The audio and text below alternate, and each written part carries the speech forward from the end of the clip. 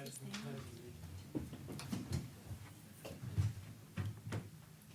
pledge allegiance to the flag of the United States of America and to the republic for which it stands, one nation, under God, indivisible, with liberty and justice for all.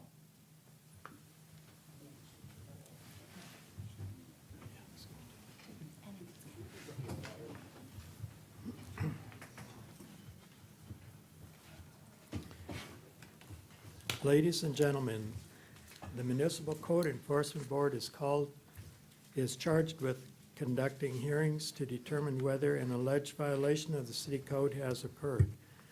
Decisions made by the quasi-judicial board will be based on evidence and facts presented tonight. Our meetings are conducted in accordance with Robert's Rules of Order, and each case will begin with the city presenting its evidence of the alleged violation. The respondent will then present his or her case.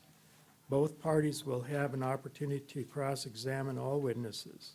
The board members may question any witness. Comments by both parties must be relevant to the case. Persons wishing to speak will be given an opportunity to do so by the chairman and must address the board from the podium after giving their name and address. Upon request, copies of the materials submitted by the staff are available for review. Board members are reminded to obtain permission to speak from the chair. The questions of the city should be directed to the attorney for the city. At this time, I will ask all persons who expect to give testimony tonight to stand and be sworn in by the deputy clerk.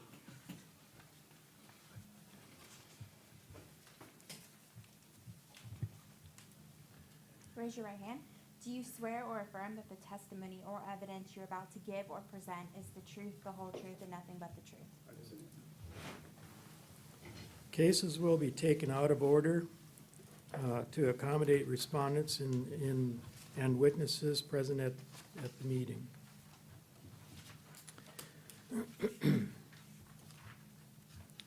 The minutes for last month's meeting were issued, and the September 13th, 2017 meeting. Are there any questions, any corrections? There being none, I've asked for a motion to accept the minutes. Motion that we accept the minutes as read, as in tightly reviewed. Okay, thank you. Second by. Okay, thank you, thank you. Okay, I guess we're ready for the first hearing, and the one we're going to hear first is the Jabari 17-2008. Case number 17-2008, repeat, City versus Yusuf Ad-Jabari for property located at 104 Mission Hills Avenue. The case is before the board based on an alleged violation of Section 8-102-13B, exterior walls maintained in good repair. The case will be prosecuted this evening by Code Compliance Director Baroni. The city has evidence that the notice of violation and notice of hearing were properly served. Good evening, Tom Baroni. The gentleman here, the owner, is waiting for his son to arrive here. He speaks better English than this gentleman here, so if we could just postpone this until the gentleman shows up, the son. We'll move it Okay, back. Thank you, thank you. So the next item, At 9:30, we finish all the cars. That's why, He can't come? yeah, at 9:30, we finish the Okay, cars. so we'll proceed then. Yeah, Okay. that's why. Okay. I'm sorry, I misunderstood you. Yeah. Okay, Because I'm at this. okay. okay, we're back on. Yes, yes. Good evening, Tom Baroni, Code Compliance. This case this evening is a repeat violation case that was presented to the Code Board on April 13, 2016, where the respondent was found in violation.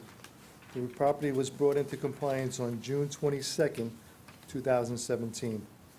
After a few months of no demolition work and the contractor pulling out of his permit, and equipment was removed from the job site, building inspector Amir and I sat down with the owner and requested a new permit be issued and a new contractor to pull a permit. On September 13, 2017, a check with Community Development noted no change with the status of the property. So a notice of repeat violation was prepared that same day and was posted at the unoccupied property. I requested copies be sent out certified in first-class mail. I also requested a copy be posted at City Hall for the 10-day requirement. After the notice was posted, I did speak to the owner on 2 occasions, and plus I spoke to his son to make sure he fully understood the repercussions of the notice of violation, repeat violation. At this time, I would like to submit photographic evidence that was taken by me on September 29, 2017. Exhibit number 1 shows the front view of the missing and damaged exterior walls. I also would like to submit the order in case number 16-0241 as exhibit number 2. Board will accept.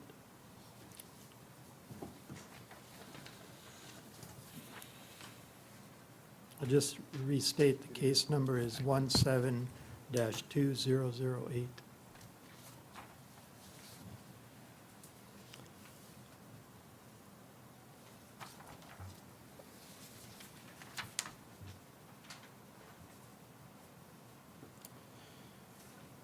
Just a little bit of updating you on this property. There's about $70,000 in fines that exist against the owner right now. There's a lien on the property. And code compliance goal is to get compliance. I mean, that's our goal is to get compliance. And I don't know whether to find this individual, whether it's going to help the situation, you know? So I feel that, yes, he's at fault, and he's kind of like dragging his feet with the repairs. And that's why Amir and I both sat down with him to try to get him to realize what's going on. It needs to be, there's got to be some kind of activity going on. So I have an affidavit of compliance because as of Monday of this week, a contractor did come in and pull a permit for, I guess, demolition and also repairs. Amir came to me on Monday and told me that the new contractor has the new permit. So as of tonight, I'd like to submit an affidavit of compliance. And the city will monitor his progress. Again, I know this property is an eyesore, but I'm not sure whether finding the individual more is going to help the situation. So I'd like Okay. to submit an affidavit of compliance. Board will accept.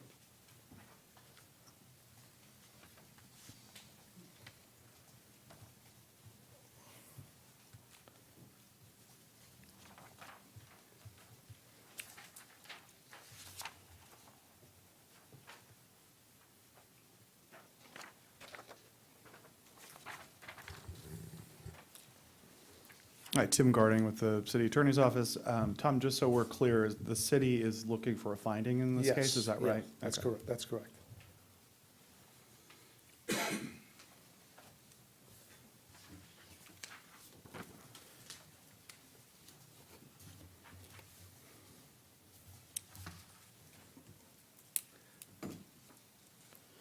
Are there any questions of Mr. Barone? Yeah, I have one. So, when you say in compliance, that's strict, they'll be in compliance as long as they have a contractor or have a permit to do the work? I'm a little Well, confused on that. again, I mean, is the property, is the exterior walls in compliance? No. But we're hoping that since he got a new contractor and they pulled the required permits, that this owner will aggressively make the repairs.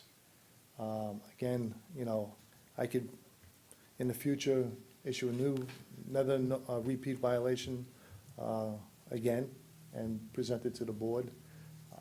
But my feeling is, if we fine him another $1,000, is it gonna help the situation? So all the $70,000 was accumulated while he was the owner of the property? Yes, yep. And So- some of it's on, from past owner as well.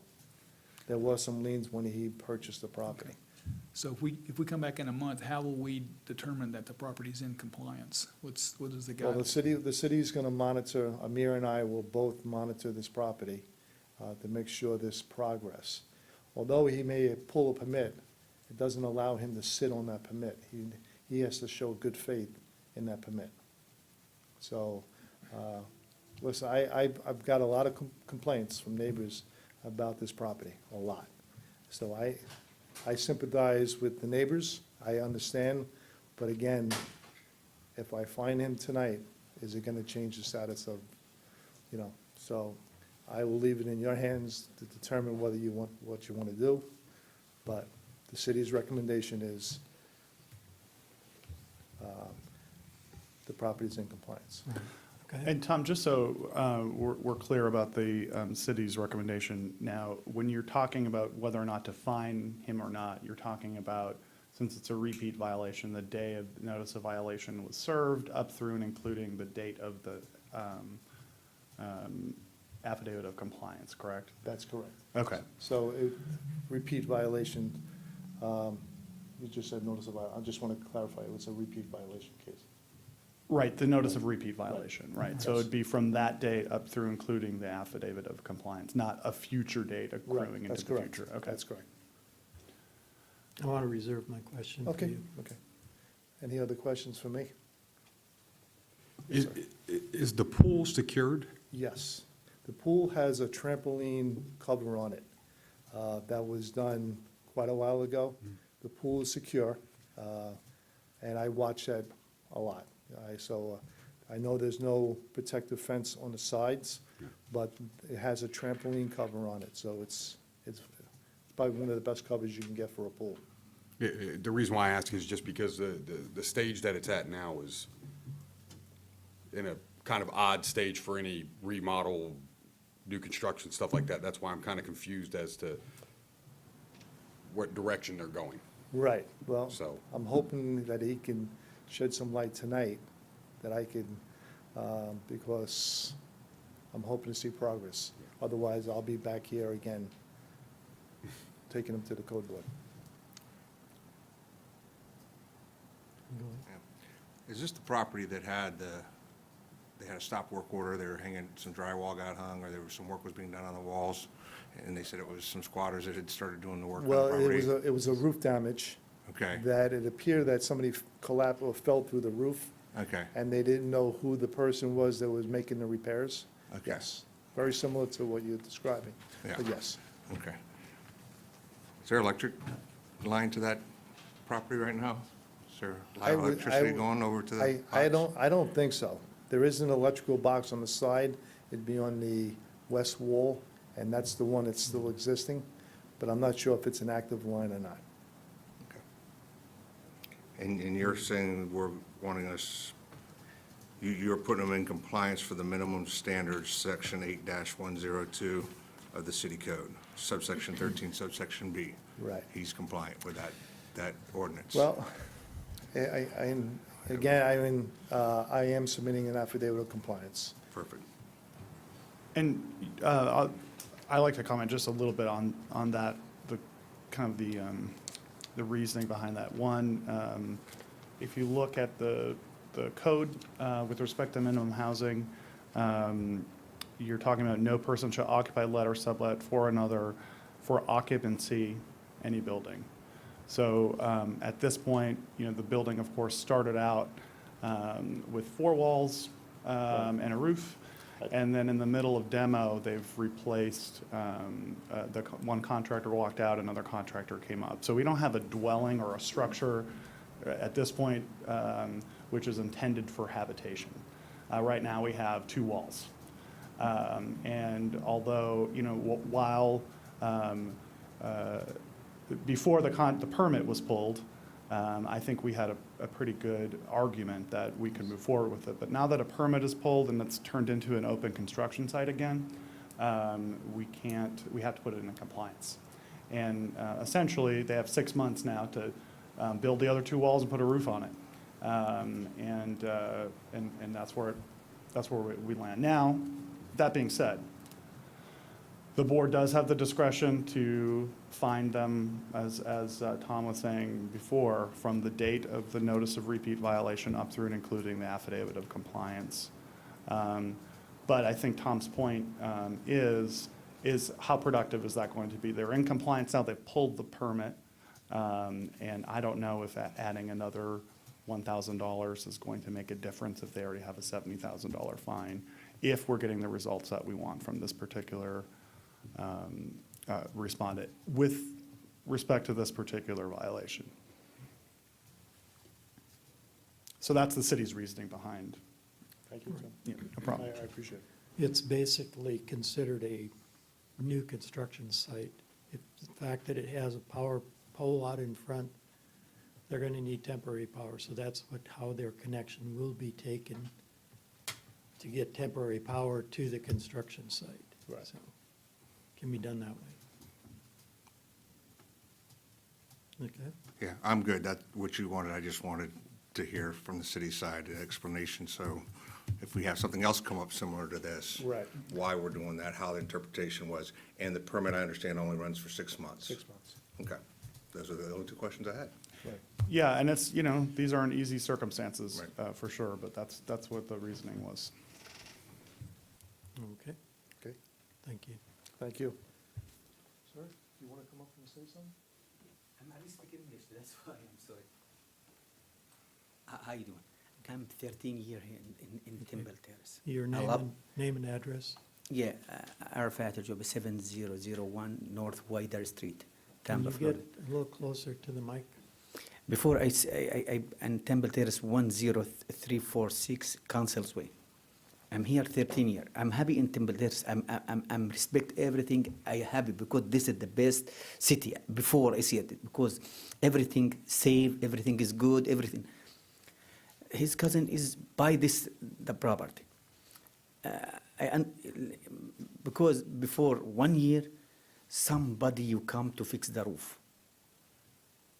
I talked to the police is come at night, and at morning, another day coming, and you see the car, and he brought the report.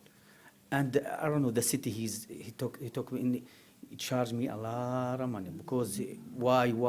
I tell him I need permit, I need everything. I put a permit and everything. Now the problem, I take the permit, the contractor, he's too much a problem. He give me a lot of trouble. Because I tell him, work, okay, he's work. He move the roofing and move everything. You have a lot of work with him. He tell the cousin, he give him 10,000. After you finish a second place, I give it what you need. Finish and hey, no, that's why he have too much problem. I have work here, I have work here. Okay, listen, stop. And I go to the city, I want to change the contractor and change everything. He tell me he need a new permit. I bought it, new contractor and new permit. Everything is done. That's why I want to see you at the house after you finish. That's what I tell you. Because he have all the family. You want to stay there. He need more fast. That's why I'm coming to here to help me, to give me time. That's it. Not my fault. The fault is the contractor. That's too much a problem. If you maybe I know every here many years. If you see the contractor in wall or painting, every contractor you need more problem. Ask any if you have painted the house, you painted a little bit and I can't work. I can't. That's a problem. That's why I'm give me best time. That's why I need this time. And you see happy all the neighbor. I respect all the neighbor. I know if you see like this, is the neighbor is mad. I know. I understand. But I'm work. After you finish, I I cut the tree, I cut everything. Because I went to the new contractor, he tell me you need this one and this one. Still, you go to, you work. That's because they stop the contractor. That's why I'm have problem. That's why I need more time. That's I need, because I'm really speaking. I'm sorry. I'm happy. I don't understand what the Temple Terrace. Listen, and I go to 45 state. I see the Temple Terrace this is the safe city in here. I see before. If you call to the police, 2 minutes in coming. If you want anything, everything is good. That's why I'm happy. But I need time. That's why I need time. Right, okay. I do want to comment on one thing, that the property did come into compliance after the roof was removed and the dumpster was finally removed. That was kind of a bad time, and that was probably when you were going through your problems with the other contractor. And it did come into compliance at that point for that particular issue of the roof and all of that. But, and then getting the permit and all, you got the permit. We were expecting things to progress, and when your contractor left, it's taken a while. And that's why you were recited, is because of the duration of no progress, little or no progress. And so that's why we're here tonight with that issue, which becomes a repeat because it follows onto the previous case with the roof. You understand that, right? A little bit, because I don't know the rule. Well, it all comes together, but what I wanted to get the point was that you did come into compliance, and then the time duration after that caused it to be a repeat violation. So that's what we're talking about tonight. Tom's covered it quite well, I think. You have your contractor, do you have a start date when he's going to get there and start making some changes? Yeah, what time I want to start? The contractor, I see him yesterday. Where? Yesterday, I see him yesterday. it was yesterday. He tell me everything is good, everything. He tell me he have small job, 5-6 days, and after you finish, I tell me I want to start there. Okay. Yeah, And- I need fast. I need fast to start. Yeah. Yeah, that's I Yeah. need. That's I need, because if you finish this one, I'm happy. I'm everything happy. That's why. That's why. And because his cousin, he liked the location. No way you see the location. That's why you need brought everything new everything. That's why. So we should start seeing some progress this coming week? Yeah. He tell me 5-6 days he have small job, and if after he finish he come. That's he tell me.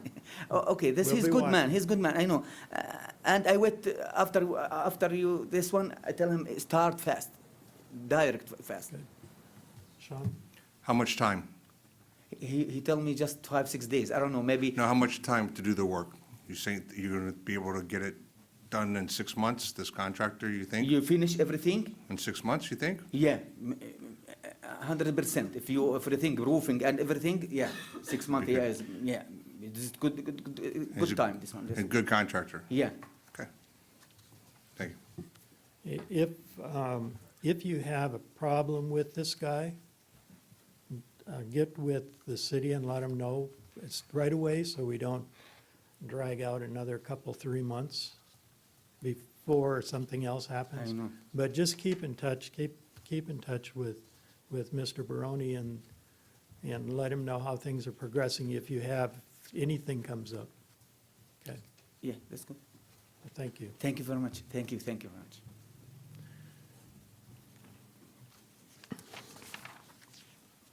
I just want to shed some light a little bit more.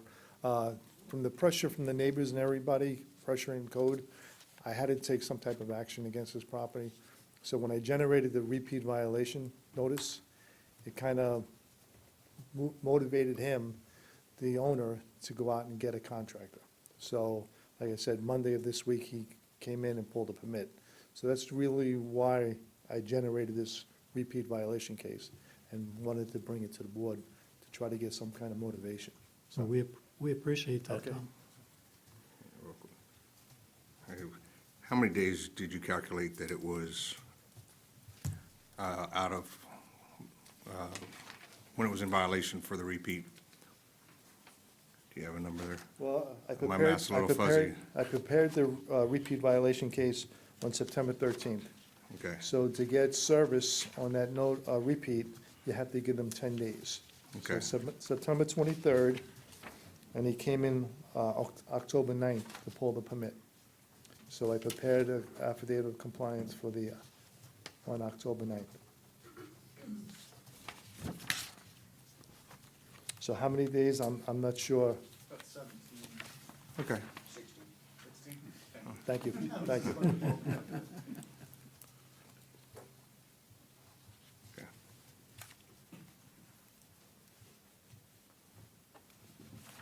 Are there any other questions? Okay, Thank you. thank you.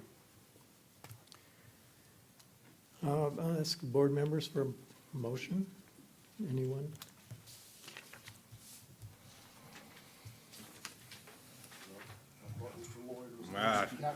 I'm going to ease back in after missing last month's meeting. I'll make a motion, Mr. Chairman, based on the testimony of code compliance interim director still, or director? Let's go with director. Okay, let's go with director. Tom Baroni and Jabari Yosef. Presented to the board at this hearing, the documentary evidence received by the board, I make a motion that the board find Jabari Yosef in case number 17-2008 to be guilty of violating sections 8-102-13-B of the city code. Because the property was brought into compliance before the date of this hearing, no fine shall be assessed. Thank you, Mr. Allen. Do we have a second? I'll second it. Second by Mr. Newkirk. All in favor? Aye. Discussion. Oh, well, yes, I'm sorry. I knew I was going to get some discussion. All right, You can let's go start. there. Discussion. I remember this case popped up probably probably longer than that ago. And we had the same type of issue here. It was, the walls were still standing and all that. My biggest problem with it is technically there's nothing left of that house. So I don't know what kind of permit was issued to it and all that, but, and I don't know what their plan going forward is, but there's nothing there. I mean, there's nothing worth salvaging, there's nothing worth keeping, and it seems like we keep spinning our wheels over and over with this house, so. And I know that's a different thing, but I would recommend a fine on it. But they do have an architectural set of plans that they got a permit on. So they are, my history that I remember is that there is a addition going, a fairly large addition going on the back.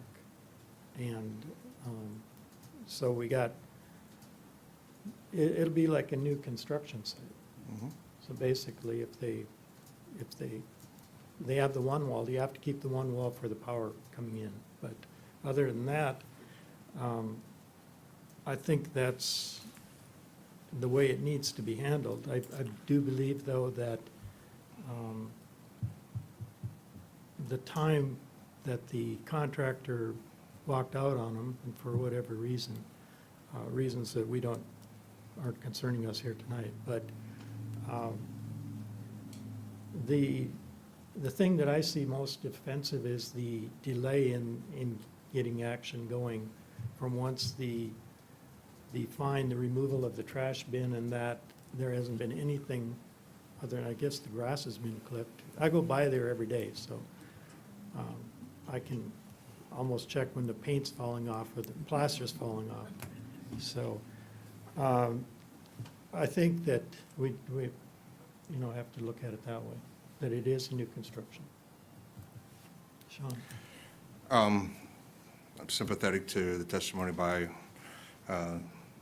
Director Baroni and the city, but we fought pretty hard to get this repeat violation mechanism in place. And that's my concern, is what's the point of the repeat violation then? And if we don't give that some kind of merit, what precedent are we setting for future repeat violators?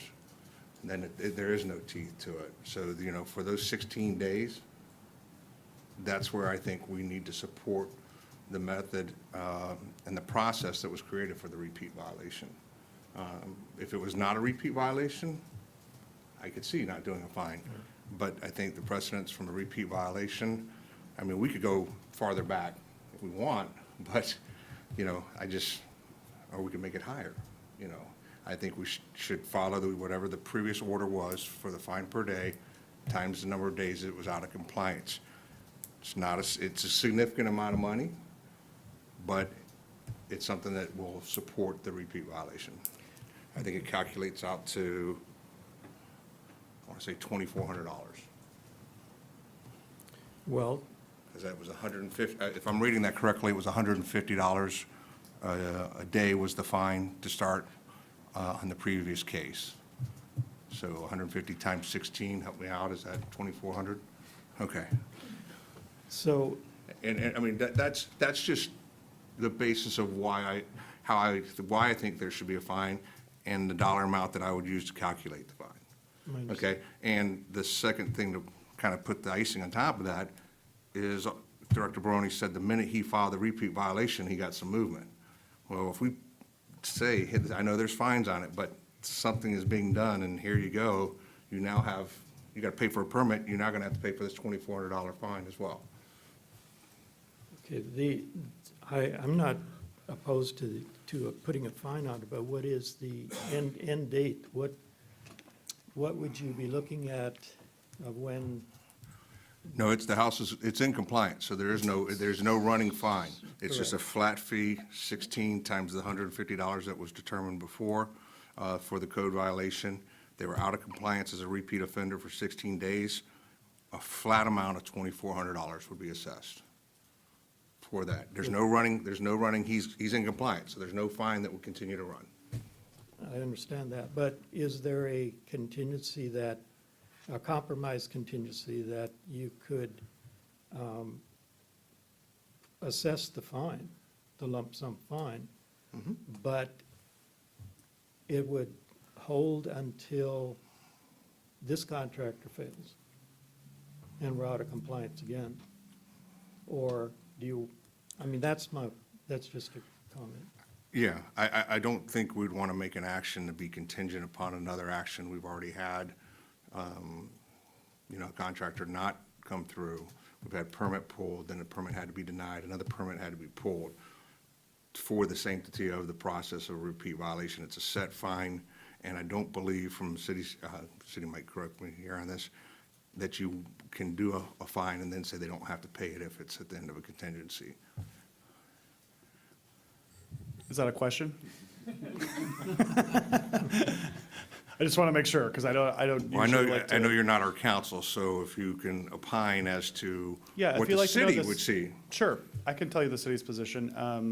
The city's position is that, you know, with respect to a repeat violation, the board is really limited with respect to if it's in compliance as of this date, you can go back, but you can't go forward and apply, you know, new contingencies on it. Now, of course, if it was out of compliance, you could make it contingent upon, you know, them coming into compliance, obviously. One of the things to keep in mind too, just about the repeat violation, is if this does occur again, let's say this is we have another deja vu moment in the future, and this contractor falls through. Well, this is the first repeat case, but there's nothing to stop Mr. Barone from starting another repeat violation. So the board has the discretion of applying a fine or saying, hey, this is a repeat, we recognize that. You know, the next repeat, I will tell you what, we're not, you know, our patience is gone. So, I mean, that's just something to noodle on about the way the repeat violations kind of operate, just generally. And if I may, one other thing too, even if we assess the fine at $2,400, there is a mechanism that the city has put in place for a lien reduction. So again, these are, you know, there are steps built in that still support our repeat violation process. support the lien reduction, motivates them to get the work done.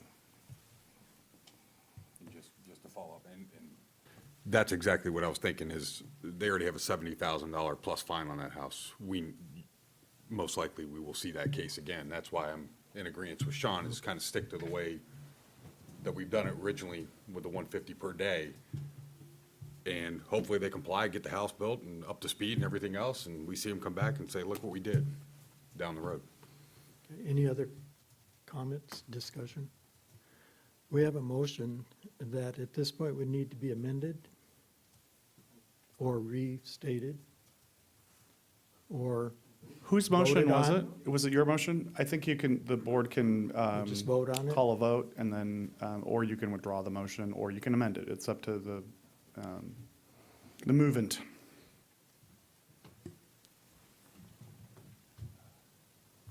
I'll be happy to amend my motion. Do I have to repeat the whole thing, or can I just say plus $2,400?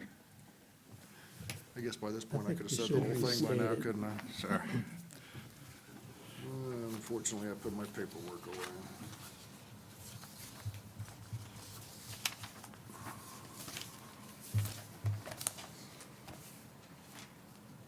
No. No. Thanks. It's on the back. All right, based on the testimony of Code Compliance Director Tom Baroni and Jabari Yosef, presented to the board this hearing, and the documentary evidence received by the board, I make a motion that the board find Jabari Yosef in case number 17-2008 to be guilty of violating section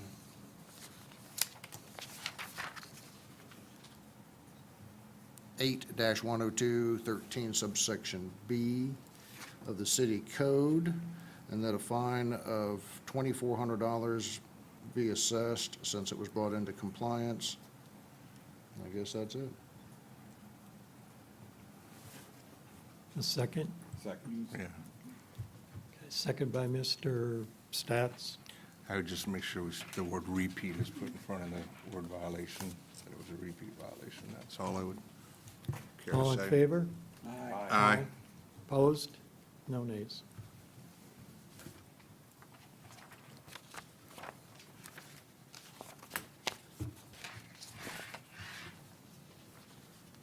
Just, Mr. Chairman, Tom, ma'am, will you communicate to the son that's running late or whoever to make sure that they understand the process of what's going on? If you don't mind. All right, appreciate your time with us. Thanks. Thank you. Thank you. Yeah, his friend is coming, speaking. If you need a lawyer, I put a lawyer. That's why I don't understand what you say. You talk, I don't No, know. we're good. I don't know. We're good. We're good. We're done. I can explain to you outside the, I have the next case though. So. Okay, thank you very much.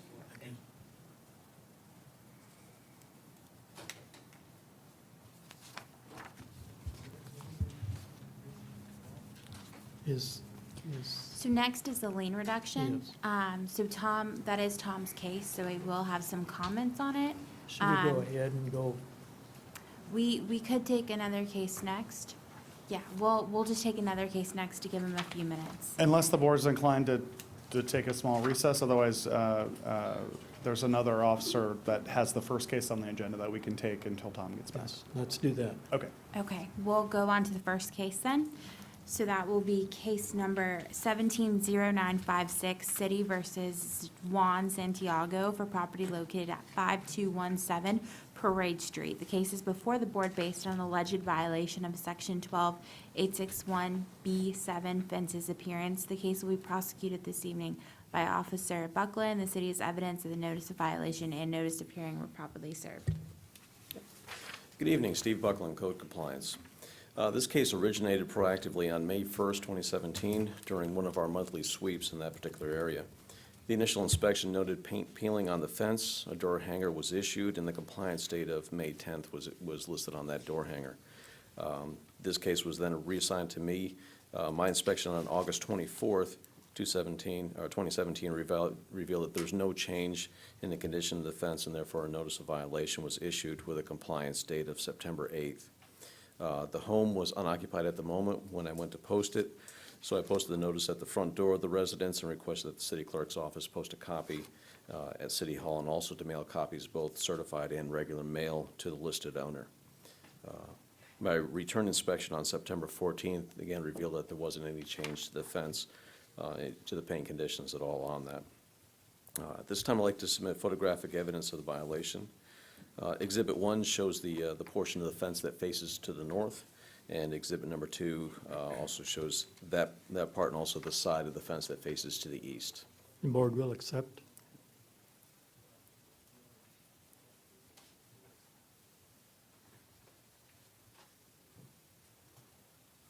Now, since that time, I've gone back by that particular property.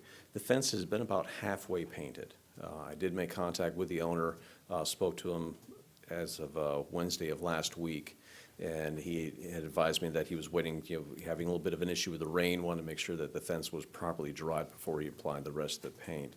He had hoped to have it finished this past weekend. Obviously, that has not happened at this point.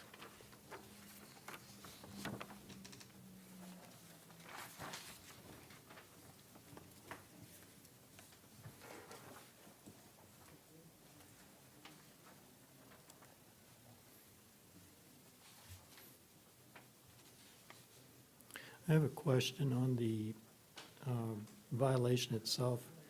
On the first line, there's a date of May 1st. Correct. That was when the sweep was originally done. This was a case that was done before my time, and then it was one of the ones that was, it picked up in the computer, went, whoop, we need to finish up with some of these open cases from previous inspectors. Okay, thank you.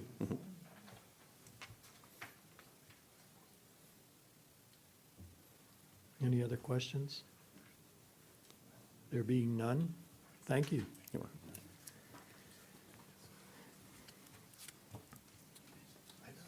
welcome. At this time then, we are looking for a motion. No. He's on another case. I'll make a motion. Based on the testimony of Code Compliance Officer Steve Buckland, presented to the board at this hearing, the documentary evidence received by the board, and make a motion that the board find Juan Santiago in case number 17-956 to be guilty of violating section 12-861-B-7 of the city code, and give the respondents until November 8th to come into compliance with the code section in question. If the property is not brought into compliance by that date, a fine of $50 per day shall begin to accrue on the day following the compliance date, and continue to accrue until the date that the violator provides the city with evidence that the property has been brought into compliance. Thank you, Mr. Allen. Is there a second? I'll second. Second by Mr. Lloyd. Lloyd. I was going to say Sean, so. Yes, sir. All in favor? Aye. Opposed? No nays. Next case. Okay. So we will now take up the lien reduction. So consideration of lien reduction petition, this is for case numbers 130187, 161433, 162328, and 162514. The city versus Scott W. Waters for property located at 9301 Rolling Ridge Place. The amount of lien totaled to $126,300. The petitioner, Scott Waters, his representative is here to present this petition, Eldon Alvarez. You can come up now. Good evening. I was hired by Mr. Waters. I'm a licensed realtor with Keene Realty Company. I was hired in the end of July. Please state your address. I'm sorry. While you're up there. Yes, Thank it's you. 4301 Longshore Drive, Land O'Lakes, Florida, 34639. I was hired by Mr. Waters at the end of July. He works with the military overseas. He's been with the military overseas since 2012. This was his first time back to his residence since then, and he was notified by his mother, who's in Palm Harbor, for the first time in June, that there was an issue with the house. Under his discretion, his rent was being paid, everything was being taken care of. He had no knowledge of what was going on with his property. When Mr. Waters returned to the United States in July, he noticed the despair of the property and the issues. At that time, he still did not know about the liens that were, the fines that were on the property until shortly after he left, and I was able to figure it out and email it to him. So he had no knowledge of this. Immediately after he left, within a week, on August, he left in July, and on August 2nd, the first issue was resolved with the pool. 2 days later, was the second issue with the fence was taken care of.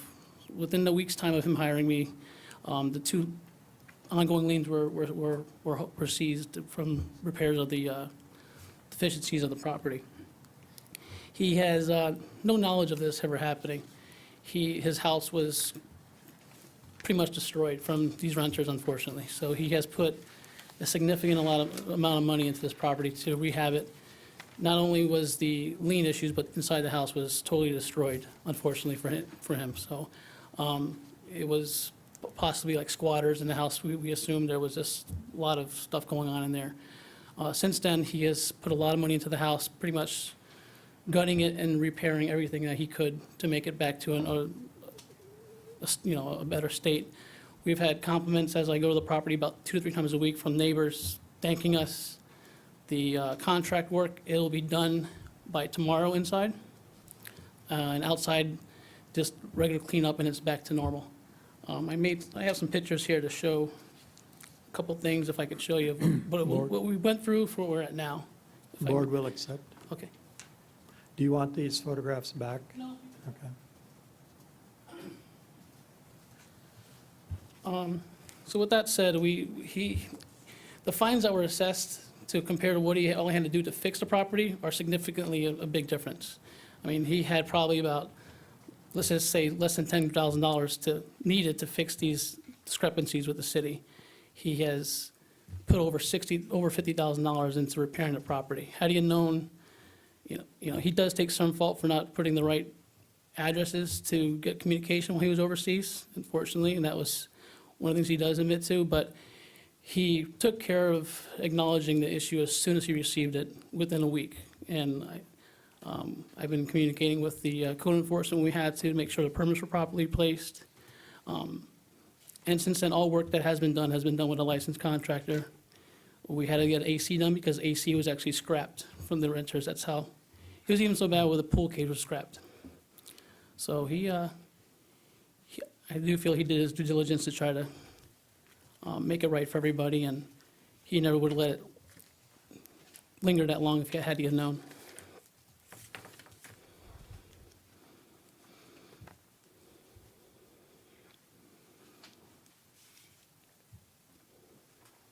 The pool has been acid washed. There's no more algae or nothing in there.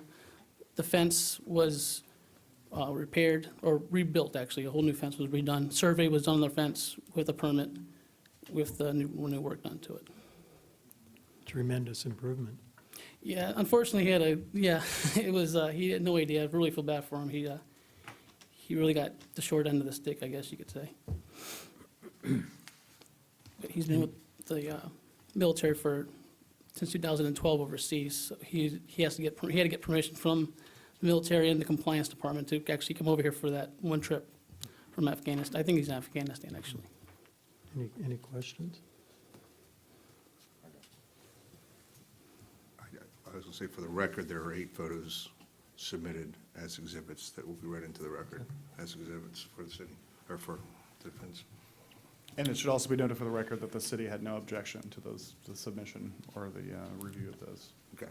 I know the inside wasn't really part of the issues that we had. I just wanted to show you that he had to do everything to the house, just to show it's a complete rehaul of the house. All right. Mr. Stats? I take it you're representing the property now are you going to Yes, sir. sell it? I am right now overseeing the contract work with the contractors, making sure, because I communicate with him maybe about twice a week through email and then once every 2 weeks through phone. So I'm overseeing, making sure everything's going good for complying with the city, and also making sure the work that he has paid for is being fulfilled. And And what's after that time, we'll be listing the property to sell. to sell the property? He'd rather not have to, even hiring a property manager is still kind of difficult when you're halfway around the world, so. Any other questions? Thank you. Okay. I guess at this point, we'd like to hear from Mr. Barone. Well, I'm just going to shed some light on the property, Tom Baroni, Code Please. Compliance. The 4 violations were all done by, I brought these cases to the board. In 2013, there was 2 in-op vehicles that were in the driveway for quite a while, for probably a year, year and a half. And the other cases really were presented in the year 2016, and for the pool, for the fence, and the pool enclosure. So when this gentleman did come on board, him and I have had a dialogue for many months now, and it's quite a difference from what it was and the way it is today. So I'm just, the neighbors are all very happy with the progress of this property, because I was very concerned maybe about a year ago what direction we were going with this property. So I thought this was gonna be another North River Hills Drive, kind of type of property. So I'm very happy with the results. So we did submit, or I did prepare our lien reduction petition calculation. Does the board members all have that? Yes. Okay. And the best thing I would say is the calculation lien reduction on the bottom there, the total. In this situation, yes, it's the negligence of the owner to never change the property appraiser, to change the address, because everything was going to 9301 Roland Ridge, and technically, his mom lives in Palm Harbor. So the calculation of that $20,000 seems to be very high, and the city's recommendation would probably be to go with 10 to 12,000, probably more like the 10%. So, like the gentleman just stated, they put probably about $50,000 into this property. So I'll leave that up to the board, your discretion. And, but, I mean, I could justify the numbers on this sheet, but it's awful. That lien amount is extremely high. Tom, how soon after the address was fixed did you get a response and some action from this particular property owner? Okay. Well, the 3 of the violations that came into, in 2016, I generated a case for the fence, and that was July 13th, 2016, and it came into compliance on August 5th, 2017, with 11 inspections. The pool barrier, I presented the case November of 2016, and it came into compliance on August 5th, 2017. That's with 10 inspections. The pool, the maintenance of the pool, I generated that case in December of 2016, and they brought the property into compliance on August 3rd, 2017.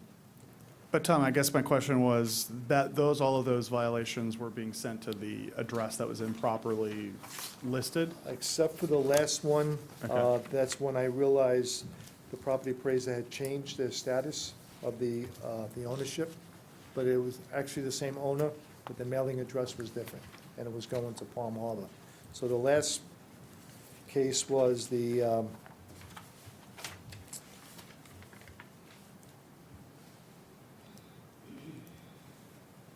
that would have been the case number 16-2514. And that was the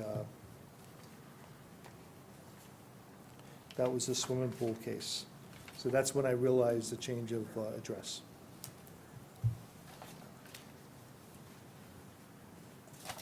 And Tom, does would you agree that the matrix is a guide? Yes, And we, it's we, not? right. Okay. We use this as a guide, and I could justify my, my numbers here, but Tom, does the matrix take into consideration things like military service or clerical errors or things like that? well, we would, but normally, in this case, we just go by the time of repairs, the speed of the repairs, the length of time out of compliance, and the degree of effort required to achieve a compliance. So, So there may be other mitigating factors that are absolutely, taken into consideration here? absolutely. Okay. But when you put the amount here, the 20,063, that's strictly going by the formula set forth in the matrix, which is just designed as a That's correct. kind of a starting point for the conversation? Yes. Okay. That's Just correct. wanted to be clear. Yes. Are there any questions? Any for other me? questions? Yeah. Piggyback on Attorney Garding's comments, I noticed it looks like a lot of the stuff came in compliance in August 2017. Yes. When did you have dialogue with Mr. Alvarez or the mother? When- Around that time,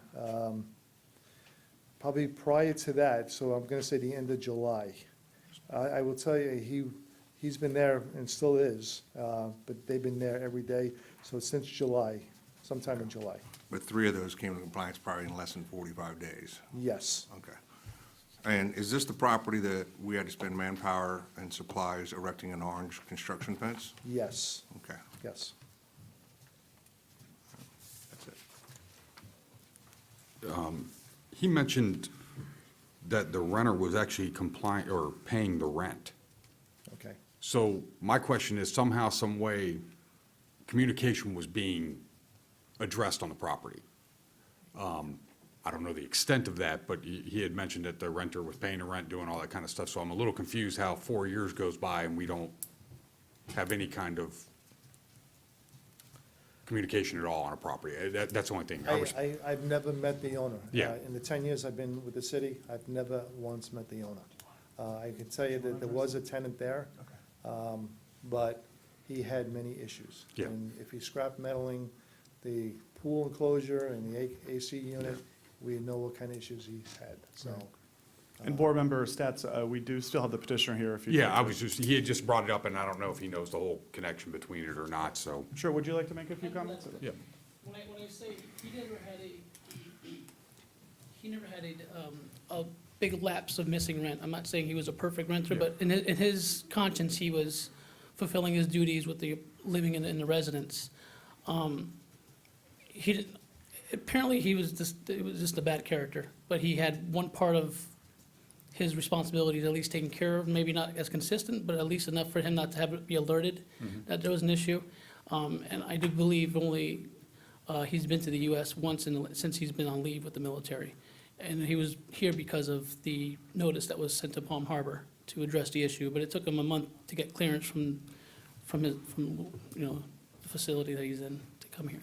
So he may not have been receiving any rent personally, but maybe his mother Right, I was believe receiving. that- He wouldn't have necessarily known the fact that, Correct, because neighbors didn't have any contact with him. No one really could call him or email him and say, this is going on.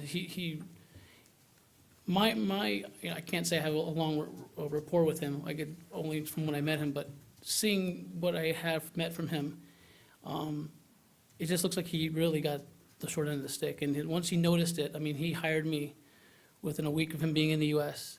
He hired me on a Sunday. On a Monday, I was calling contractors to get the most fair bid, and I believe the following Monday is when a permit was pulled for the fence. We had to get a survey done, so I could have the timeline a little mixed up, but more or less within that time frame, he addressed it right away. And payment was being taken care of through our brokerage, and everyone's been taken care of. And as far as his financial due diligence, he's never missed a beat on making payments to the contractors, so I don't think this is something he would have really done intentionally, in my gut feeling. So, further question?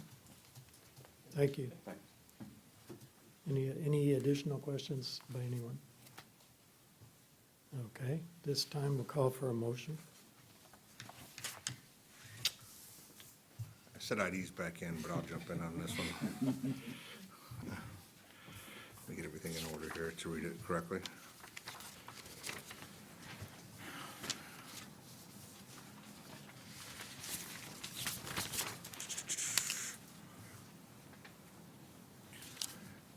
I make a motion that this board make a recommendation to City Council in case number 13-0187, 16-1433, 16-2328, 16-2514, the city versus Scott W. Waters, regarding the lien reduction to reduce the lien amount to $14,588. I have a motion by Mr. Lloyd. Is there a second?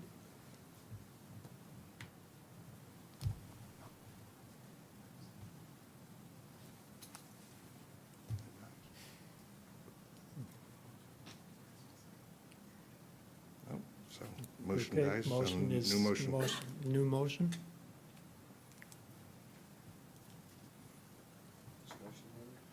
No, we have to have a motion. We had discussion.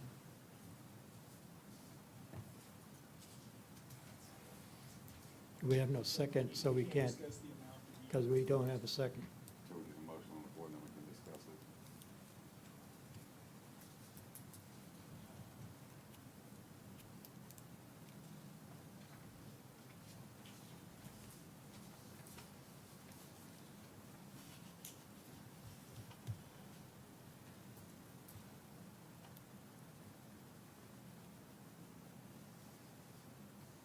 We can reconsider a second. Consider the second, so we can debate it. Can I get a second on the motion as presented? Second. Second. Okay, now, discussion. Guys want me to tell you I came up with a number? That's what I was curious. Sure. That's what I I used the, I took into consideration Mr. Alvarez, Officer Barone, Attorney Garding's comments. So with that, I used the calculator, and I went ahead and changed the score because it is subjective to the speed of repair, slow, exceed expectations. So in speed of repair, I went ahead and said it exceeded the expectations number there. And then as far as degree of effort, it sounds like it was high, so I went ahead and assigned 4 there. Couldn't assign a different number for the time period, because time is time. That comes out to 11. When you divide when you use that as the evaluator, it brings it to 11.55% of the original amount, which is $14,588. You put that plus the 50, you're close to half of what the lien was originally that this person has invested in this property, based on the testimony that he put 50,000 in there. Any other comments?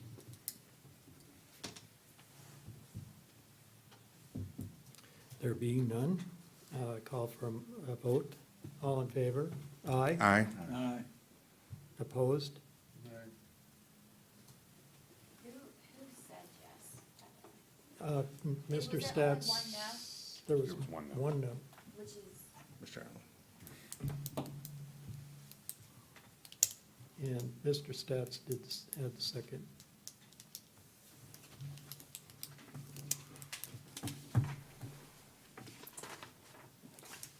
It wasn't 10, but it was a formulated calculation.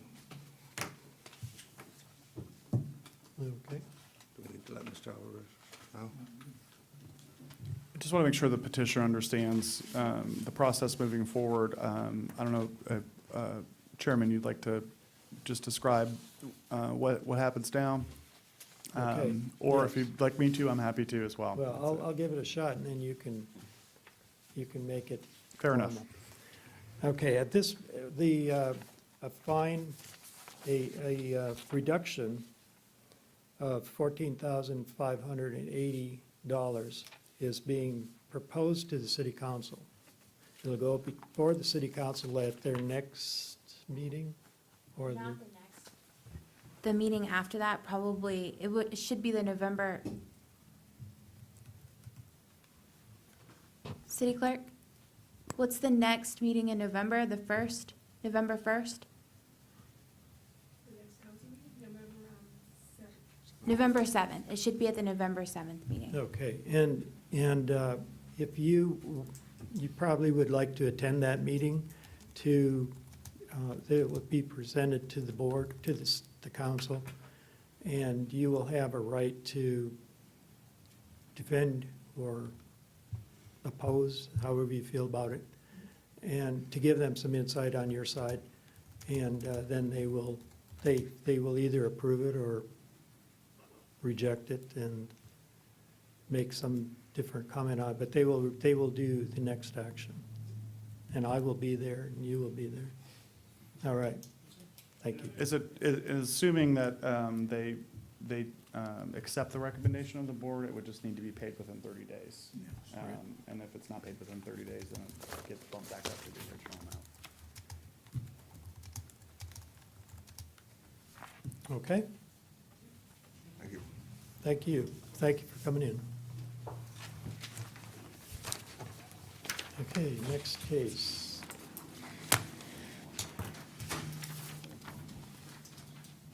Okay, we will go back to the hearings. The second case on the agenda, case number 171658, City versus Fadi Hamad for property located at 10318 Council's Way.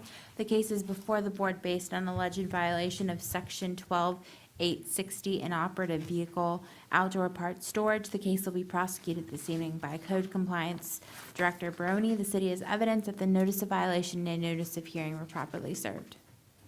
Tom Baroni, Code Compliance. This case this evening originated proactively on August 9th, 2017. My inspection that morning noted an inoperative vehicle with a broken rear window and an expired temporary tag. I left the door hanger with a reinspection date of August 14th, 2017. My reinspection on the 6th of September noted that the vehicle was gone, therefore putting the property into compliance. On September 16th, I received a website complaint noting that the vehicle did return. My visit on the 19th of September confirmed that the vehicle was present and was still in violation. Later that same day, a notice of violation was prepared with the compliance date of September 29th, 2017. With my inspection on the 29th of September noted no change. Therefore, the case was referred to the Municipal Code Board.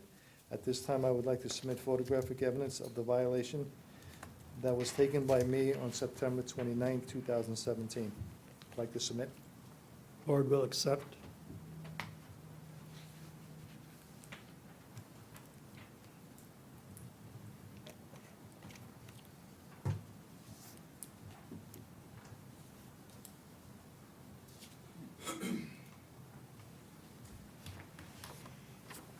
As of today's date, there has been no change, therefore the property remains out of compliance.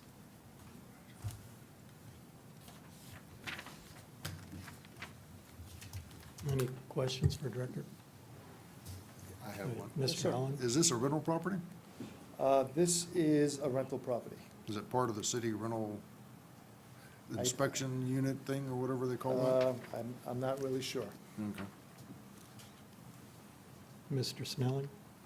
So when you say inoperative vehicle, you mean not drivable, or, Well, I'm just curious how it left and came back? They could have put it somewhere else that I didn't see it, somewhere else, and so I closed out the case, and then it reoccurred again, so I don't know how they brought it back, but it does have a broken window, and the tag is, as of today, the tag was removed. But the engine, it probably runs, the car. I'm guessing. Okay. I would guess so. Any other questions? There being none, thank you, Mr. Thank you. Director. Thank you. You have, This case You have was one? much easier. you have another one? Oh, No, I'm going to make a motion. If it's- Oh, Okay, there you we're go. moving fast, thank you. Thank you. Call for a motion? Based on the testimony of Code Compliance Director Tom Barone presented to the board at this hearing and the documentary evidence received by the board, I make a motion that the board fine Hamad Fadi in case number 17-1658 to be guilty of violating section 12-860 of the city code and give the respondents until November 8th to come into compliance with the code sections in question. If the property is not brought into compliance by that date, a fine of $50 per day shall begin to accrue on the day following compliance date, continue to accrue until the date that the violator provides the city with evidence that the property has been brought into compliance. Motion by Mr. Allen, second. A second. Or Second by Mr. Lloyd. $50. Motion second, any discussion? Have the vote. I believe the compliant date ought to be put down there, November 8th. November 8th is the compliant date. Yes. I stated that, I thought. Getting, okay, I thought you said the day following the compliant date. Oh. Just by mistake. All in favor? Aye. Opposed? No nays. Next case, please. The next case is case number 171795, City versus Mike and Anthony Pilato for property located at 8609 Grandview Drive. The case is before the board based on alleged violation of section 10(3)B, sanitation grass weeds. The case will be prosecuted this evening by Officer Silva. The city has evidence that the notice of violation and notice of hearing were properly served. Good evening, board members. Jose Silva, Code Compliance. I originated this case on August 22nd. During my first inspection, I observed overgrown front yard, side yard, and rear yard, and a large accumulation of household furniture on the carport area. I issued a door hanger with a compliance date of August 28th. My inspection on the 30th revealed no change, so therefore I issued a notice of violation with an inspection date of, compliance date of September 6th. The home was unoccupied, so I posted a notice at the residence, City Hall, and mailed both copies, certified and regular mail, to the address. On the 12th, I did another inspection. Notice revealed that the accumulation on the carport had been cleared, but the yard was still overgrown. On September 15th, I took photographs of the yard showing the overgrown conditions. I'd like to submit those now. Board will accept.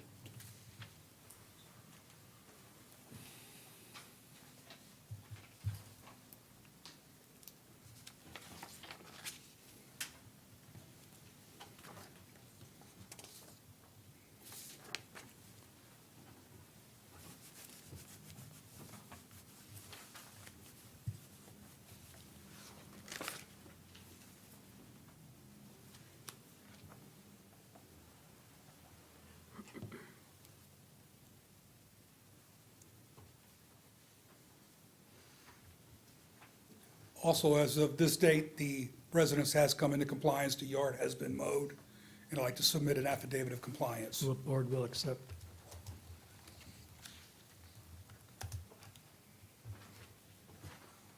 Are there any questions?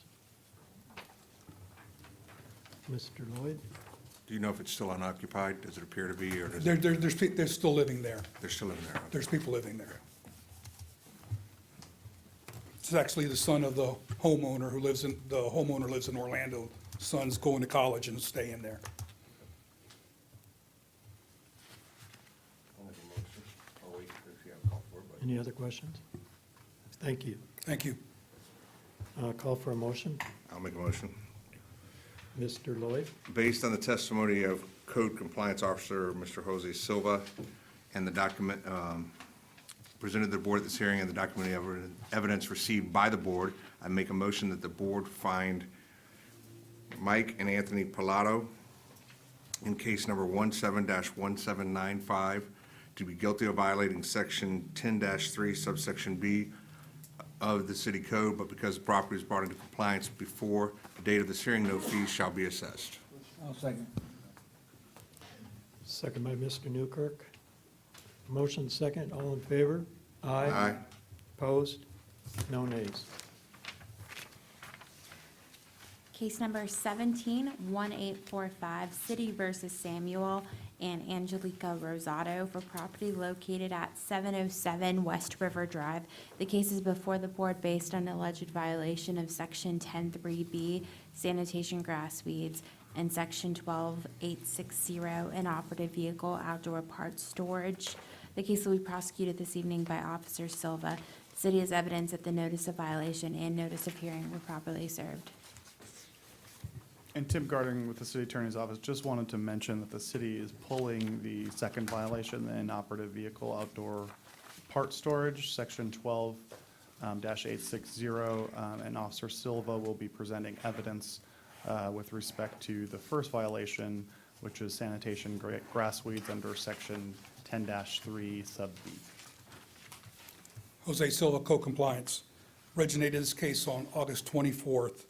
My initial inspection noted overgrown conditions in the yard, so I issued a door hanger with a compliance date of August 30th. My inspection on August 30th revealed no change, therefore I issued a notice of violation with a compliance date of September 14th. The home was unoccupied, so I posted it at the residence, City Hall, and mailed both copies, certified and regular mail, to the address. This time, I'd like to submit photographic evidence. On September 14th, revealed no change, yard was still overgrown. This time, I would like to submit photographic evidence of taken by me on September 15th of the overgrown yard. Board will accept.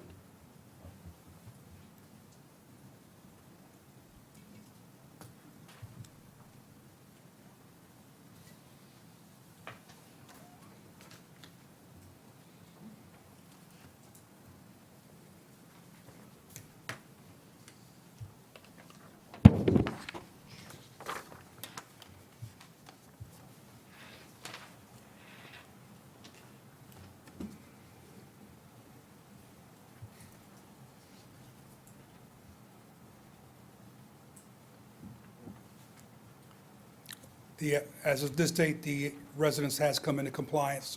I'd like to submit an affidavit of compliance. Board will accept. I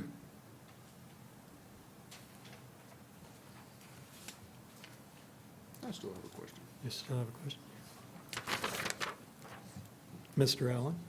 Is the property a rental property? No, sir. But is it occupied now? So it was unoccupied. but is it- It's occupied. Okay, but it's not a rental property. It's not a rental property. Okay. The issue with it, I met with the Ms. Velasquez. She was in Puerto Rico, and her son stays there. Also, she lives there. She got stuck in Puerto Rico after Irma. And of course, when her son received the notice of violation, he hid it from her. So, Yeah, nothing like being a responsible son. All right. Any other questions? Thank you. There being no other questions, can I get a motion? Okay, Mr. Lloyd.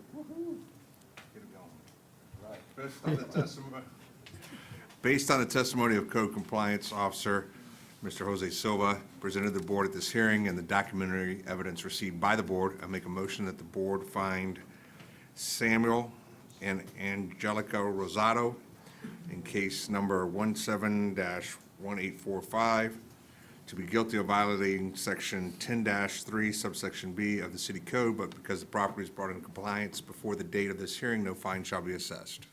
Second. Second. Second by Mr. Stats. Thank you.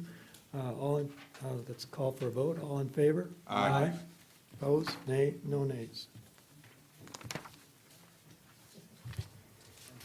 Next case. Okay, case number 17-1953, City versus Sweetwater Group LLC for property located at 309 South River Hills Drive. The case is before the board based on alleged violation of Section 10-3B, sanitation grass weeds. The case will be prosecuted this evening by Officer Silva. The city has evidence that the notice of violation and notice of hearing were properly served. good evening, Jose Silva, Code Compliance. I'm in the hot seat tonight, as you can see. Originated this case September 1st. It was an overgrown vacant residential lot on River Hills Drive. There was no current owner information that I can contact an owner to get it taken care of, so I went to immediate notice of violation. I posted that notice on the lot and at City Hall and had both copies mailed certified and regular mail to the owner at his address. On September 13th, revealed no change at the residence, correction, at the vacant lot. I like to submit photos that I took on September 15th showing the overgrown vacant lot. Board will accept.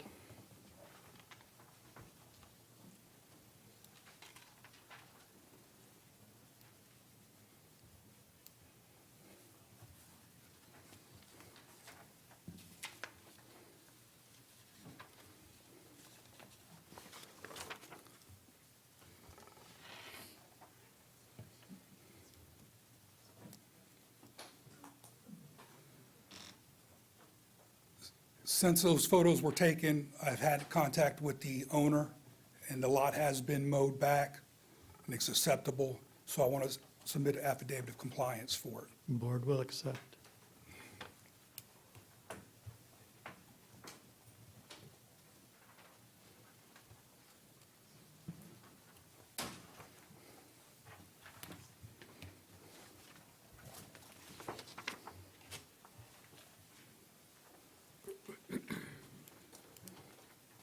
Any questions?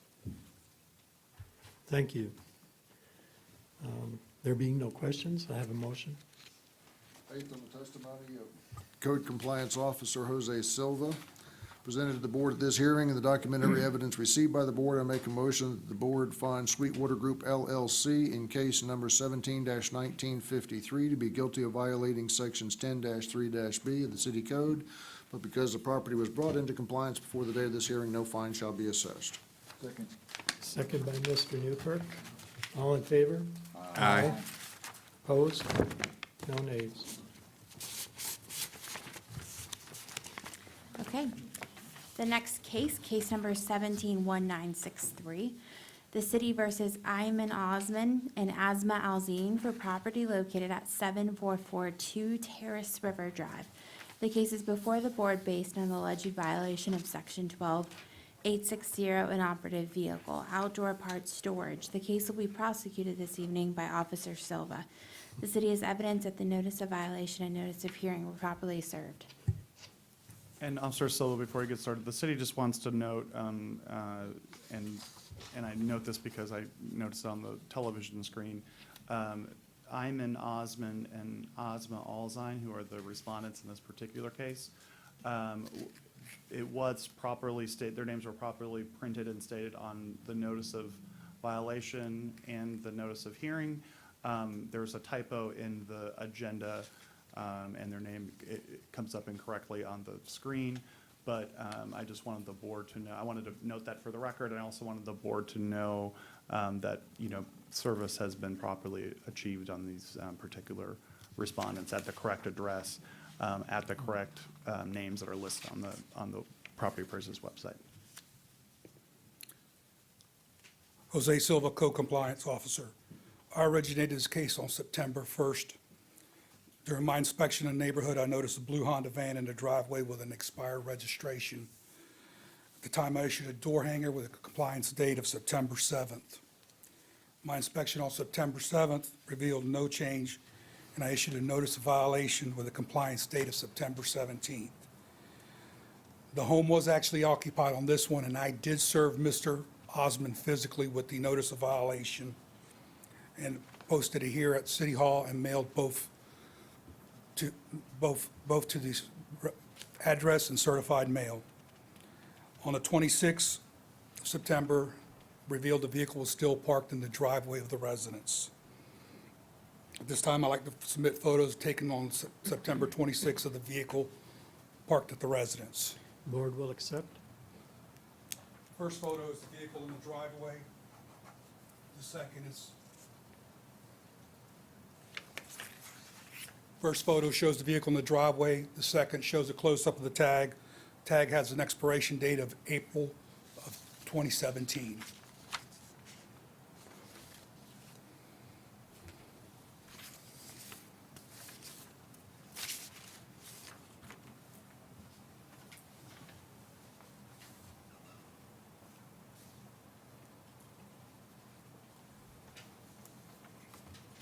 And at this time, there's been no change. The vehicle's still parked at the residence.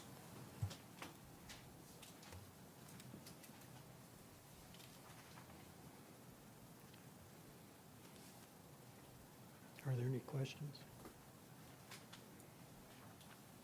Mr. Lloyd? You said you spoke with Mr. Osman, Osman? Okay, I just noticed we have $112,000 in fines accruing on this property.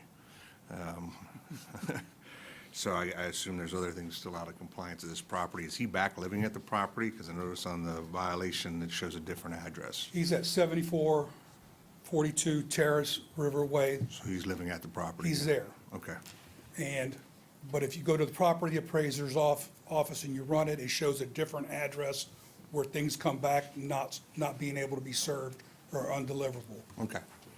Thank you. Thank you. Thank you. The He's got that sign. two existing cases that are open for liens, are they for this property or for another property he may own in Temple Terrace, or do you know? It's different properties that I have no idea about. Okay. Yeah, the Reading fines are for 12415 North 59th Street, another property owned by the same respondents. And one is in compliance, by the way, incidentally, which we'll be addressing later. Thank you. Thank you, sir. Okay, motion? I'll make a motion. Based on the testimony of Code Compliance Officer Jose Silva, presented to the board at this hearing, the documentary evidence received by the board, I make a motion that the board fine Osman and Asma Alzine in case number 17-1963 to be guilty of violating sections 12-860 of the city code and give the respondents until November 8th to come into compliance with the code sections in question. If the property is not brought into compliance by that date, a fine of $100 per day shall begin to accrue on November 9th and continue to accrue until the date that the violator provides the city with evidence that the property has been brought into compliance. A motion by Mr. Allen, do I have a second? I'll second. Second by Mr. Lloyd. What was the fine amount? $100 per day. Oh, sorry. Motion and second, all in favor? Aye. Opposed? No nays.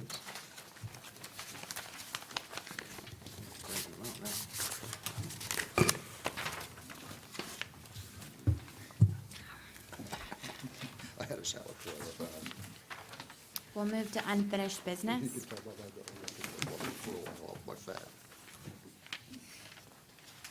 Okay, so case number 171137, City versus Shah Jahan Properties LLC for property located at 12635 North 56th Street.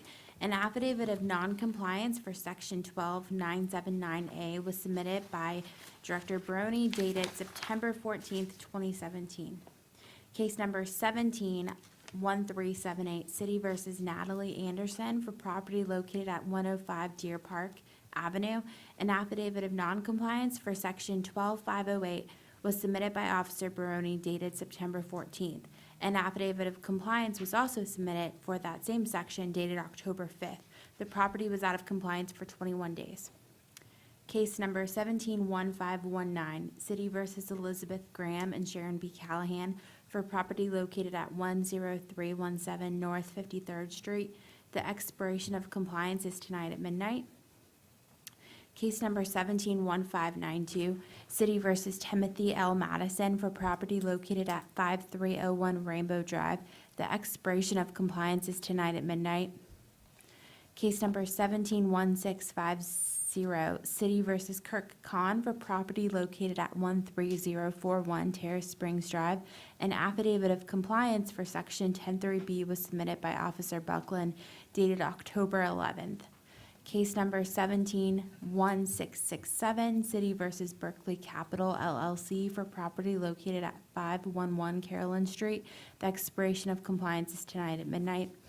Case number 171668, City versus Branch Banking and Trust for property located at 521 Rolling View Drive.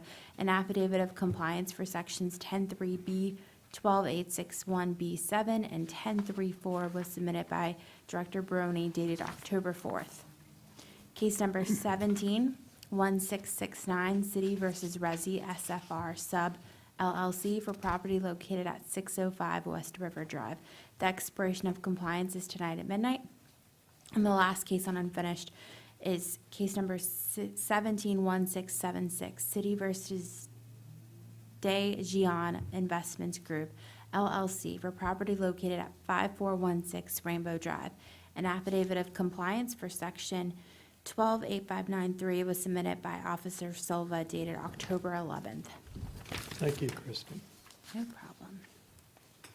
And then I have one case that was not on the agenda that has a compliance. That's for case number 162515, City versus NCRC Housing Rehab Fund for property located at 5205 East 131st Avenue for Section 8, 10213B, dated September 9th.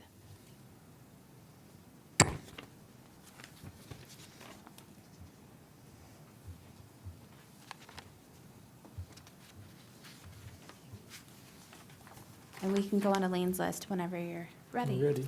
Okay. Thank you. One sip of water. And does Tim Garding with the City Attorney's Office, are there any questions about any of the properties that are listed on the liens list Yes. for this quarter? Yes? Yes. And which particular property were you? Well, let's start right off at the top. I have a question with this, and maybe Director Barone can answer this one for me. I think I've asked this question a couple times before, but I fall away just not really with a clear memory of what the answer was. On this property, it started out in August of 2005, and it's been out of compliance. The fine is still accruing, so that means it's still out of compliance. Is that correct? So that means whatever the obstacle was that we're trying to get past has never been corrected?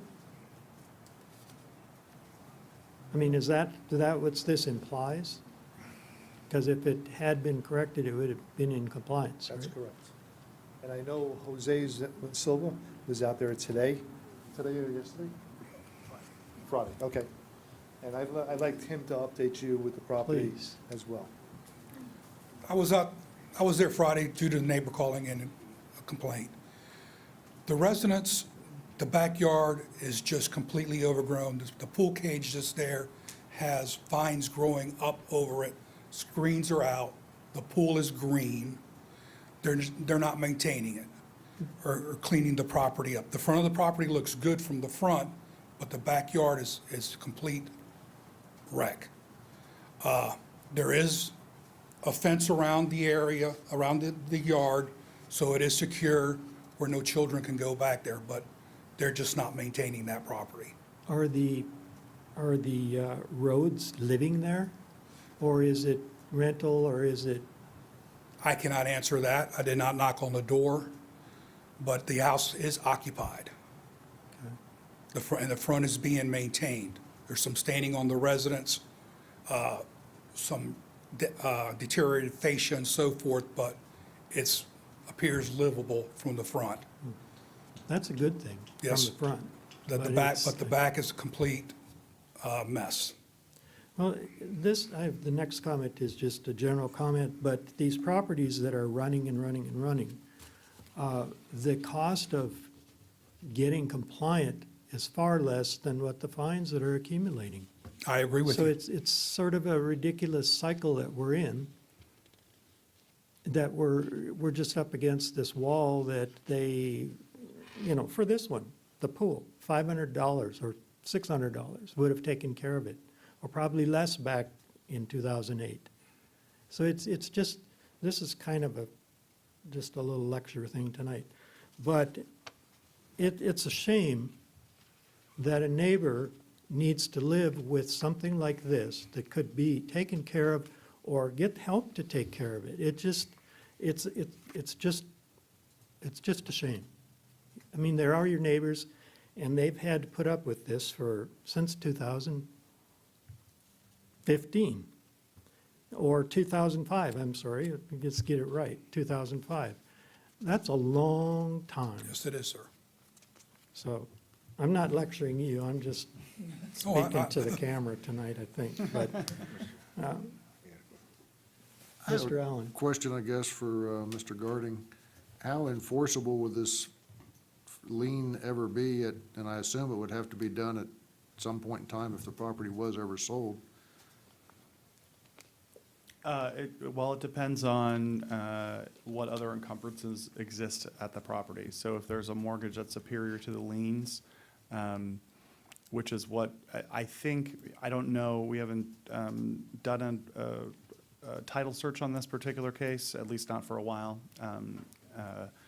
So I don't know if there is a mortgage that's superior in time. But if that's the case, then our liens would be foreclosed when that mortgage is foreclosed. The city could essentially foreclose on the liens, assuming that there are no encumbrances, and potentially take the property, right? But generally, what prevents that from happening is a superior lien on the property. And I think your points are well taken, Chairman Schmidt. I mean, this, the statutes and the city code only give the board and code enforcement generally so many powers. So at a certain point, you can find them. It can continue to accrue as a lien on their property. And, if it becomes a health and safety issue, the city can step in and fix it itself at its own cost. And then that becomes a lien as well. But that's, in a nutshell, the scope of the power of this body. Well, the positive thing on this one, as bad as it is, that it is fenced. So it's not a hazard that way, even though it's not screened or whatever, it's still, And I would say, I think if the fence ever came into disrepair or it became obvious to staff, that the city would take action to repair that immediately to prevent, kids from going in there. Mr. Sean, Mr. Lloyd. Yeah, I mean, I had mentioned this, maybe it's been a year ago. Some of these cases are state cases that you see these high dollar amounts. And maybe the city was very good at constructing this lien calculator. And I'd propose at some point, we might want to consider some kind of amnesty for these siblings or whoever is managing this estate for these properties to get it compliant and offer some kind of amnesty on some of these properties. I don't know if the city would entertain that, but, We just finished that process, actually, yeah. Okay, You mean we- specifically directed at estates? directly at these estates, to these properties, not just open to anybody, but send an outward motion to the, communication to them.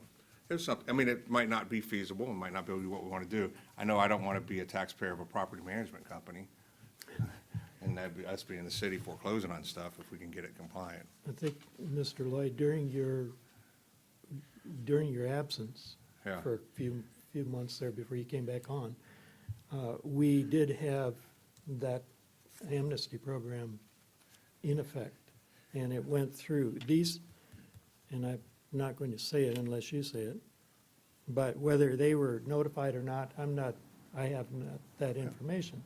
But they may have been notified and did not take advantage of it. Could have been. And here's the issue with the estates generally from my experience is that a lot of times what you have here is someone who's passed away, and then there's no probate estate that's opened or administered. So there's no personal representative for the will. The heirs have either said they've either disclaimed their right or they have not taken any steps to make a claim. So in that, when that happens, we're in kind of a legal limbo. We can continue to send notices to, it's titled as the estate of so-and-so because that's exactly how it appears on the property appraiser's website. To the extent that there is a case where a respondent has passed away and then an estate is open, we would then notice the personal representative of that estate. And so you would see John Doe as personal representative for the estate of so-and-so. And that's the major difference. And I think, Chairman Schmidt, I think you probably nailed it or hit the nail on the head in terms of, these folks did receive notices, or I shouldn't say these folks, those houses received notices, or the whatever address is listed on the property appraiser's website of the amnesty program. But if there's no one to answer those notices on the other side, then, I see 2 estates on here currently. We recently had a long-standing estate that was purchased at a foreclosure sale by a third-party purchaser, and they quickly cleaned it up. But, yeah, I agree. It is one of those areas where there's no clear, good answer, Mr. Stats? Yeah, as the chairman said, this one case was 2005, so we've been 12 years dealing with this back and forth. When do we decide as a city to take action to check the title search, to lien it, when do we evaluate our options? Do we do that yearly? We do it quarterly? Part of the purpose of tonight, actually. Okay. So Well, yeah, I if- just heard you say earlier, we haven't probably run the title search in a while, so that's why I was curious to see, because if there isn't anybody there, then maybe that's the city's best option, is to enforce the lien. So, one of the reasons I ask, are there any questions, is if the board is inclined to make a recommendation that we do a title search on this, the city does incur costs for doing that. So, I would need your approval, but we can certainly look into that. I can tell you right away, do you have the liens list? Let me see. So, correct me if I'm wrong, Kristen, but if there's a star by it, it means it's homesteaded, is that correct? Yep, so. Yes. So this property, one of the impediments to, collecting on a lien or foreclosing on a property is the homestead protection afforded under the Florida Constitution. So the city doesn't have the ability to foreclose on this lien because it's homesteaded. So the better way to look at, if you're looking at the liens list and doing a review just generally, I would look at the chart rather than the agenda. Because on the chart, you can see right away which ones are starred and which ones aren't. And the ones that are starred, it means they're living there and they're claiming it as homestead.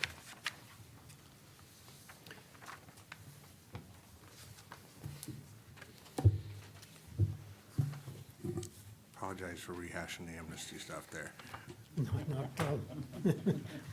I just wanted to give you an out, because you did miss a Yeah, couple I of did. months when you weren't on the board. Yeah, I did that. Thank you. It was a hot topic, Chairman Lloyd, or Chairman Lloyd, or Board Member Lloyd, excuse me. Okay. Are there any questions about any of the properties or respondents? I have a question. I don't know if this is a proper place for it, but I'm going to take it anyway. We have this list that comes before us once a month, or quarterly, and it seems like once a month. But these names, these people are notified each time, each quarter, that this fine is accruing? Or not? I'll have to defer to the city clerk on that. No, they are not notified. After I receive an affidavit of continuing noncompliance, they are not notified. Okay, if we are able to change a policy, can we do that here? I believe I believe this used to happen, and I believe there was an issue as to why it no longer happens. Okay, well, I have another option.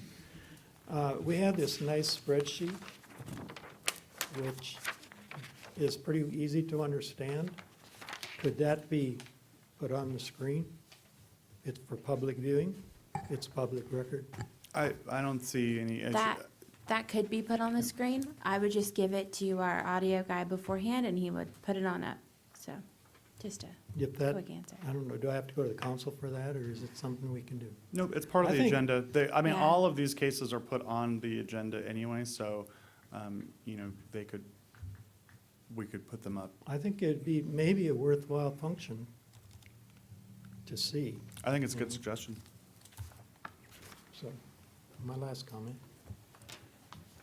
And we'll look into why the notices aren't being sent. I know there was a couple of issues with bankruptcies. You have to be really careful when someone declares bankruptcy with trying to collect on a debt once the stay is imposed.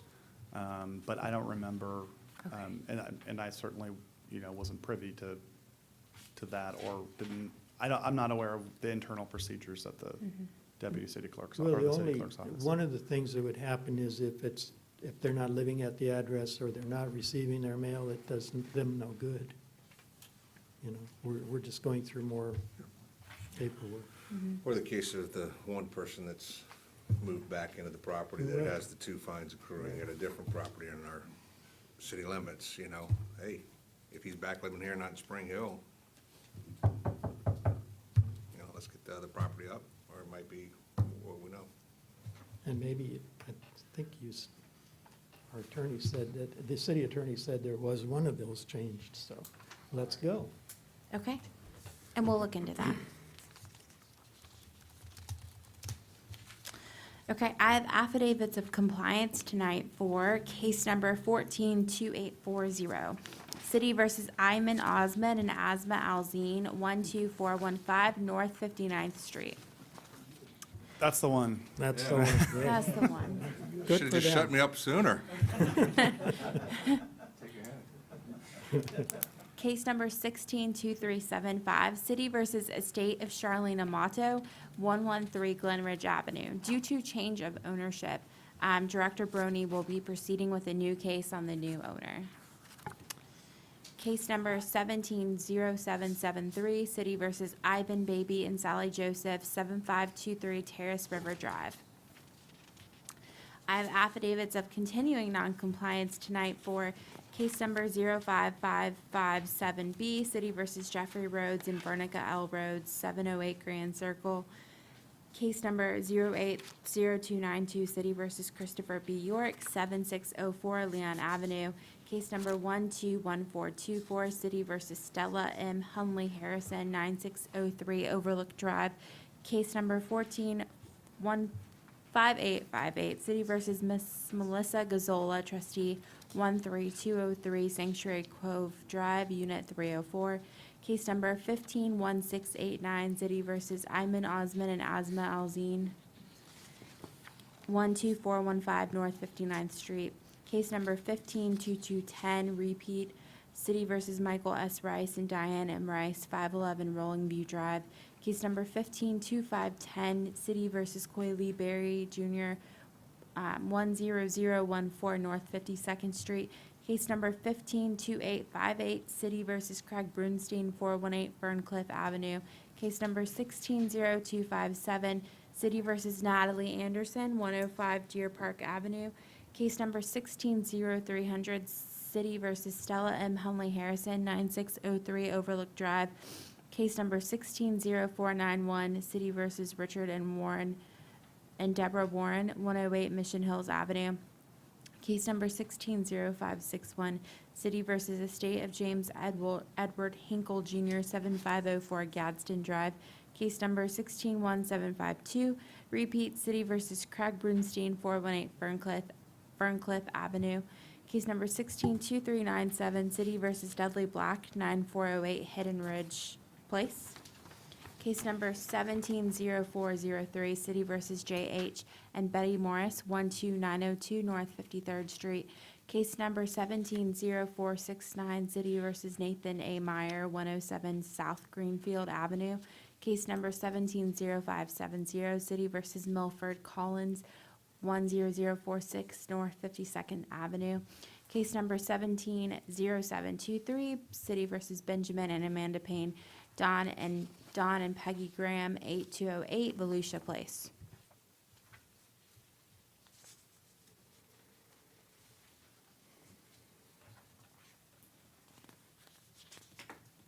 Thank you. Is there any new business? Do you have a comment?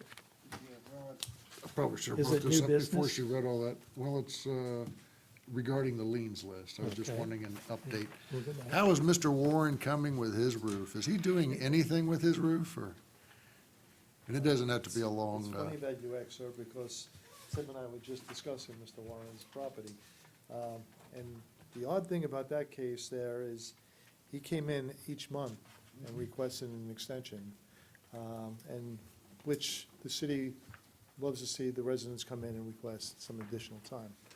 But as of today, the ladder still sits on the roof, the top still is present, and no, I don't see no end at the, well, light at the end of the tunnel. I wish I had better positive news, but one of the positive things I could tell you is last month, we presented a case under the unfinished business at 521 Rolling View, and there was a representative, the attorney had showed up for that case. I don't know if you guys recall that, but I received a phone call probably 3 days after the hearing, and there was a preservation company out there on the 5th day.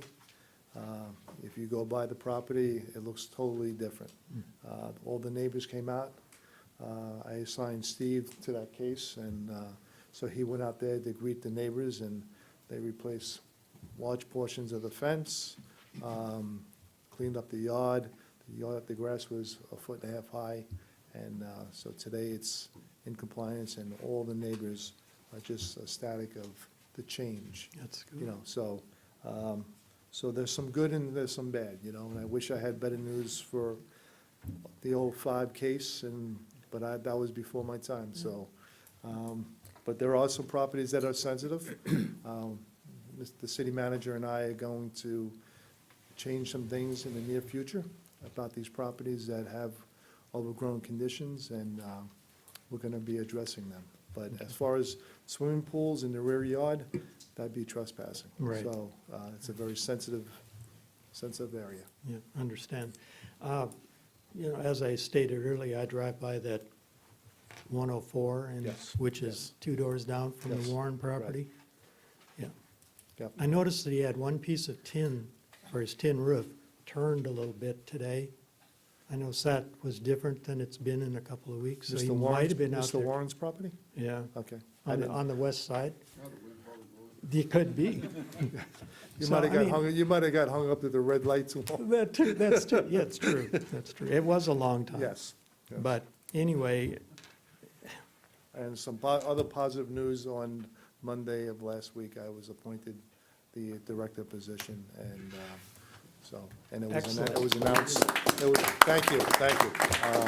It was announced at the city council meeting, and so I thank you for every month you show up and do your part, and otherwise it'd make our job a lot harder if you didn't show up. So kudos to you guys and ladies and gentlemen, but for showing up every month. So I do Thank- appreciate that. thank you very much. Thank you.